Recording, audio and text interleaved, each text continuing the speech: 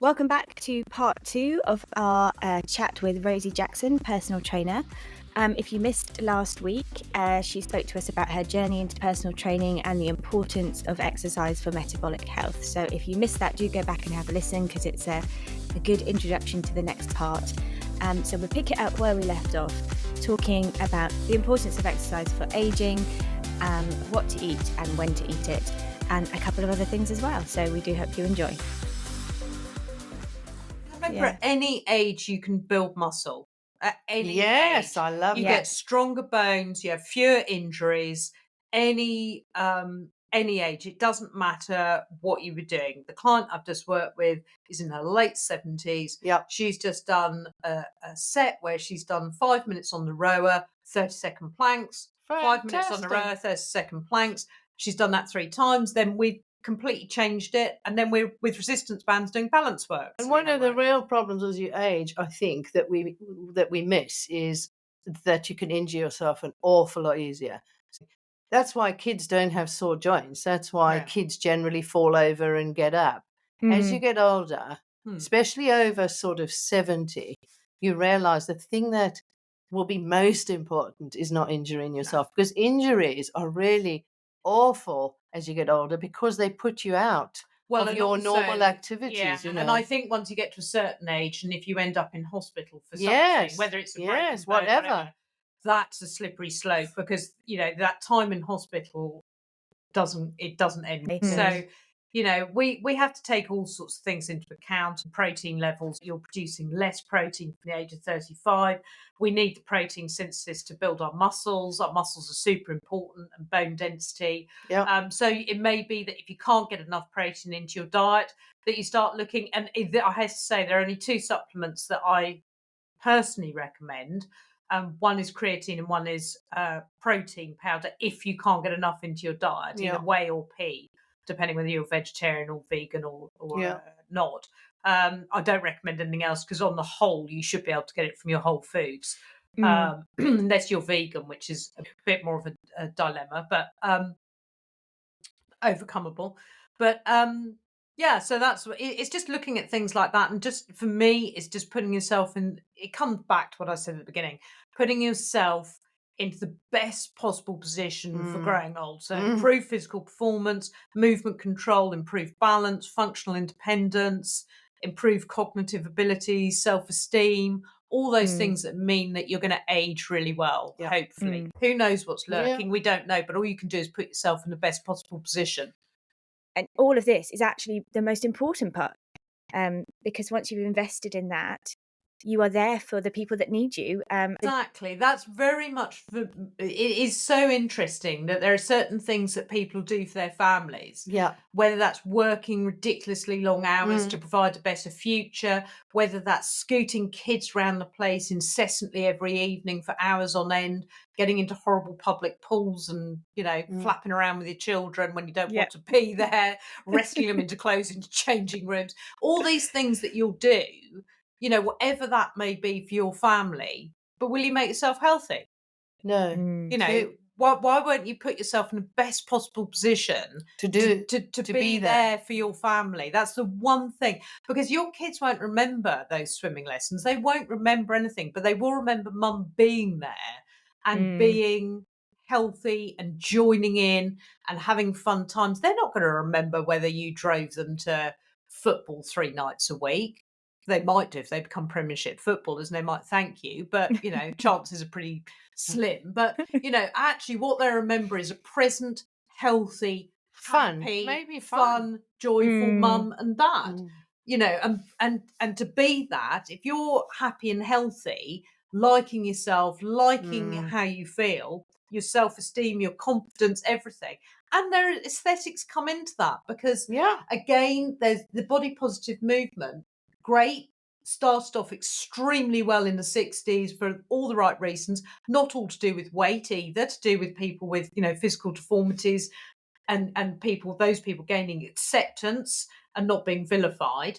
And as all with all these things, it's gone so far that now sometimes it's quite difficult to say you're dieting. Sometimes it's quite difficult to say, actually, I'm not happy with the way I look. I actually want to look a little bit better. I don't feel comfortable in my own body, because then you're shallow. You're I don't know what, you're giving into the patriarchy, blah blah blah blah You're blah. hedonistic. Yeah, you whatever sort of, it may yeah. be. And actually, no, I just don't feel like me.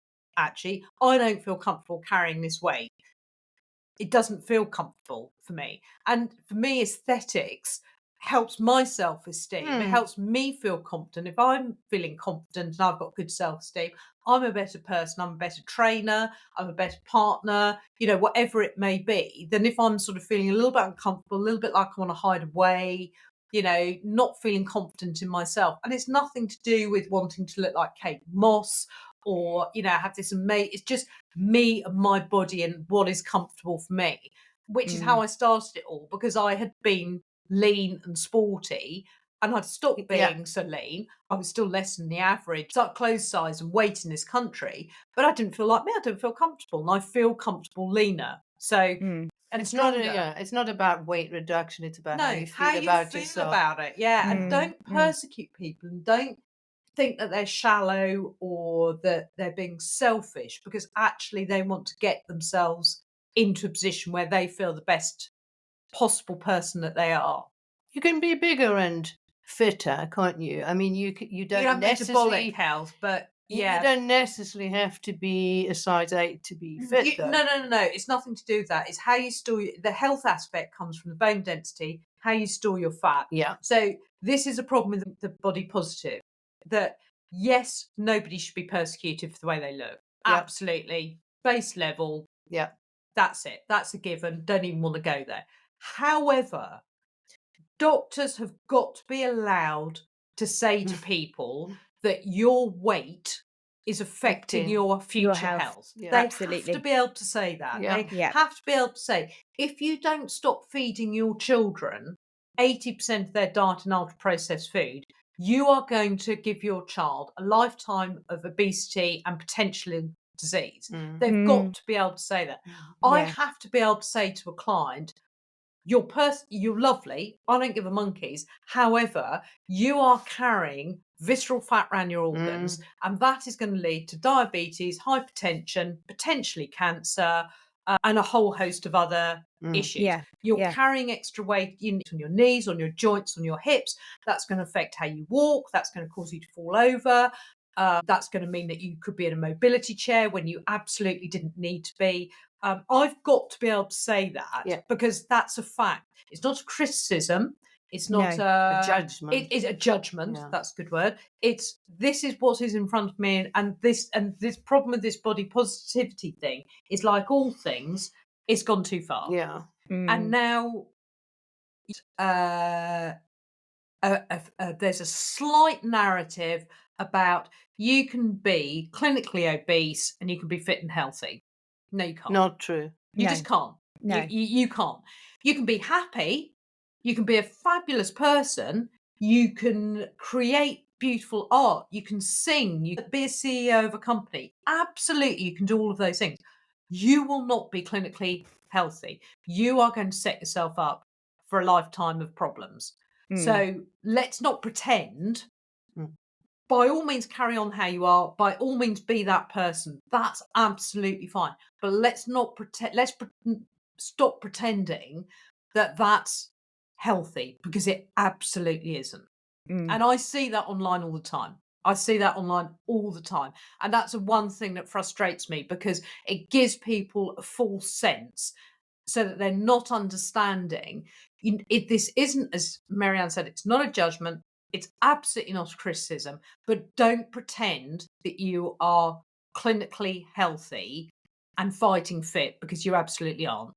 Yeah. Even if they tested all your organs and everything was perfect, your lung function, everything, there will be extra weight. I think it's something like, for every extra pound you carry, it's something like 4 pounds on your hips and 6 pounds on your knees, something like that. Don't quote me on that, but there's a PSI effect. So even if every organ is functioning brilliantly, that extra weight is affecting your knees and affecting your hips at the very least.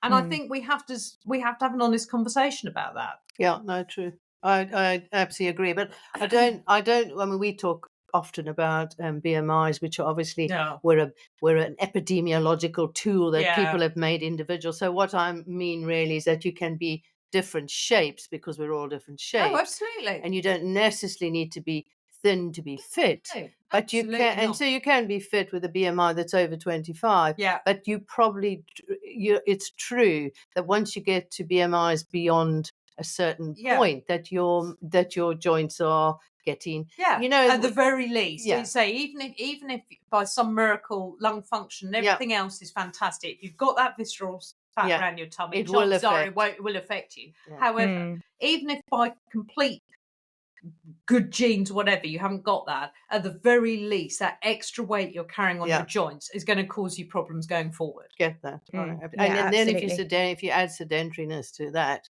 Yeah, you've got a Yeah. problem.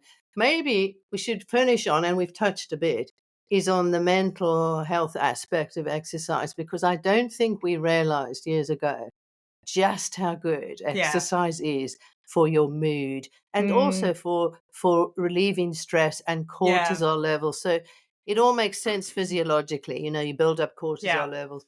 If you exercise regularly and consistently, you will improve and really stabilize a lot of your mood turbulence. Well, this is part of the turning up for your family thing. This is part of the Mm. being there, being present, looking after yourself, so that actually you're there for your friends, your family.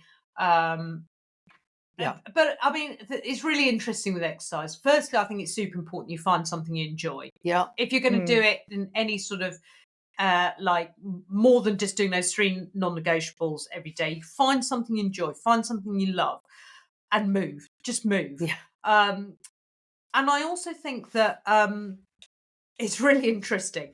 This is slightly comes back to the willpower stroke discipline thing. Yeah. Is that I sometimes get up early, stupidly early, go to the gym, and I really don't want to. It's November. It's a Monday morning. It's dark. It's wet. It's cold. I don't want to go there, but I make myself go, and then I say to myself, "What's going to happen when I get there? I'll see what I want to do." I might sit on the bench and look at my mobile phone, and of course I don't. I pick up some weights, I start doing some deadlifts, whatever it may be. Mm.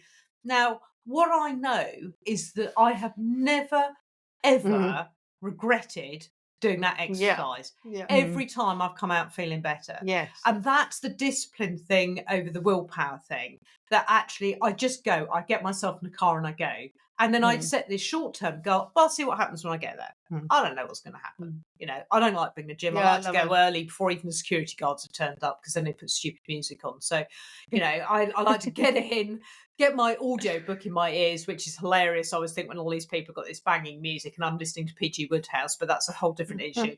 Listen to my book and just see what happens. And I have never, ever regretted. Yeah. I've got a circuits class tonight. I finished off my week in a local class, which will have about, 10, 12 people in it. And they're fantastic. And I do body weight all week. And on Friday night, I've just said, let's just do circuits. We've got kettlebells, we've got sandbags, we've got dumbbells. It's chaos. It's fun. It's just brilliant. And about halfway through it, I make sure everyone's safe, make sure everyone knows what they're doing. And then about halfway through, I'm joining in, because I just create another station, because I want to be there. I want to join in with them and have that laugh and actually join in. It's great. I love What a it. great way to exercise when you Yeah. actually get the joy. Oh, definitely. So it's getting people started to get the joy. Yeah. Once you've got the joy, you really don't have to sell this. No, healthy habits. Start small. Yeah. Find 3 exercises that you can do every day. Don't negotiate. Don't negotiate. Just do it. Ask yourself in 12 weeks if that's worth it. And as you say, even 3 or 4 weeks, you'll be saying, well, I don't know, but maybe I'll feel a bit better. But I agree that every time you exercise, in whatever way, incidental or structured, you always feel better, almost without, exception. Yeah. I walk up this, hill behind here. I really don't want to do it. My dog is mad to go. And I do it. And I always come down grinning. Yeah. I always think, oh, why did I ever not want to do that? That's the same as the gym thing for me. On a wet, cold morning. And I hate gyms, but I have to go because I haven't got It's the the equipment. weights. Yeah, well, yeah. I mean, Or whatever. until I've got the equipment at home, I have put myself in that position. but I hate going. I hate the whole process. Don't but- expect to love it. Yeah, but when No. I'm there, I absolutely love it and I feel better. But having said that, find things that you love, start small, get your steps up, and just start moving. Literally just start moving. So maybe we can just end with some quick fire sort of questions that I think like burning questions people always want to know. Go. Strength or cardio? Strength. And what kind of strength? Planks? Yes. Sorry. Weights. Yeah, sorry. Planks, push-ups, squats. Yes, fabulous. See, I love a squat, although I hate it at the end. Yeah, add some weight if you can. Hold a dumbbell in each hand while you squat. Absolutely terrific. Yeah. Okay. Once you can start adding weight to stuff, that's fantastic. No, strength every time. Cardio is great for your mental health, great for your organs, not so good for your joints, depending what you're doing. And it's the worst thing to do if you're trying to lose weight, because you will just have to do more and more and more, and you will eat calories because you'll be hungry. Oh, that's interesting. Okay. Yes, cool. fascinating. Lovely. Any more? Yeah, yoga or Pilates? Pilates. See, I like you more and more, Rosie. I love Pilates. Yeah, you're definitely on our page. Not that we don't like yoga, but yeah. Real food or meal replacement? Oh, real food. Don't even get me onto it. We're being sold a pup when we're saying you have to eat such and such after exercise. Just eat a really good It's meal of whole foods. Utter nonsense. You don't need to eat pre-workout. The only thing it's do what works for you and your body. And I never eat before I exercise. The only thing I say to clients is if they've had a super hard session, and especially if they want fat loss, is try and eat within an hour of exercise and try and eat protein. Yeah. Only really just so that you make the most of that session. Yeah. Really. But it's not vital. We have people all over the place eating before and after. Oh. And anyway, let's not go there. Any more, cheat days. Yeah, I'm a great fan of 80-20. So I'm a huge fan of 80% of the time, do your exercise, do what you need to do what you love, eat sensibly, eat what you should be eating, make your food about whole foods, keep within, your portion sizes, do what you should be doing. 20% of the time, go to the pub, have a Negroni and a packet of crisps. Yeah. Because we all work so hard. Yeah. We, if you can't do that, if you can't do the things that you enjoy, well, what's the point? Friday night, I've worked, I won't tell you how many hours I've worked this week. I'm physically quite tired. I love my job, and I'm, looking forward to the rest of the day because I've got some great clients and a lovely class to finish with. But you will find me in the pub with a Negroni in my hand at 9:30 this evening, enjoying every sip of it. Love so, it. So 80-20, I'm a big fan of. So being a PT doesn't mean that you live in, you live a life of absolute health. I mean, no, absolutely not. And actually, I don't have a sweet tooth. I don't particularly like chocolate. I quite like dark chocolate every now and then, but I don't. I mean, if someone put a chocolate cake in front of me, I'd just not in the slightest bit interested. That's nothing to do with me being healthy. I just don't like sugary sweet stuff. If you put a wedge of Stilton in front of me, clear the room.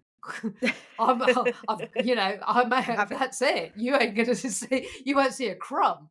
But I just know how I feel, what makes me feel better, and what doesn't. But no, it's sensible. Just being sensible and making it your lifestyle. Not I'm dieting, I'm doing this, I'm doing that, whatever. Actually, this is how I eat. Yeah. See, it's not deprivation. No. It's all about the joy of feeding yourself nutritious food that's delicious. Yeah. It's so easy once you know. Yeah. And exercise is the same in a way. Feed yourself exercise that you really enjoy in a quantity that suits you. Yeah. Do it at the time of day that suits you, but get into the habit of doing it, because you can't just watch it on YouTube. You actually do. I've had weights for years, Rosie. Yeah. I've only consistently started to use weights since you got hold of me. But what I mean is that you can't just buy this stuff and look at it. You do have to do it. There isn't a magic wand. Don't let anybody sell you a magic wand. Don't let anybody say that you can think about it and it'll happen. It absolutely won't. You've got to pick the weight up and you've got to lift it. Yeah. We've loved talking to you. Complete pleasure. There's It's so lovely. much about you that we love, and I hope one day you'll come back. Absolutely. If I'm invited, I'll be back. Lovely. Oh, thank Good. you. Lovely. Thanks, Thank you. Rosie. Bye. Cheers. Thanks, Nia. Bye. Bye.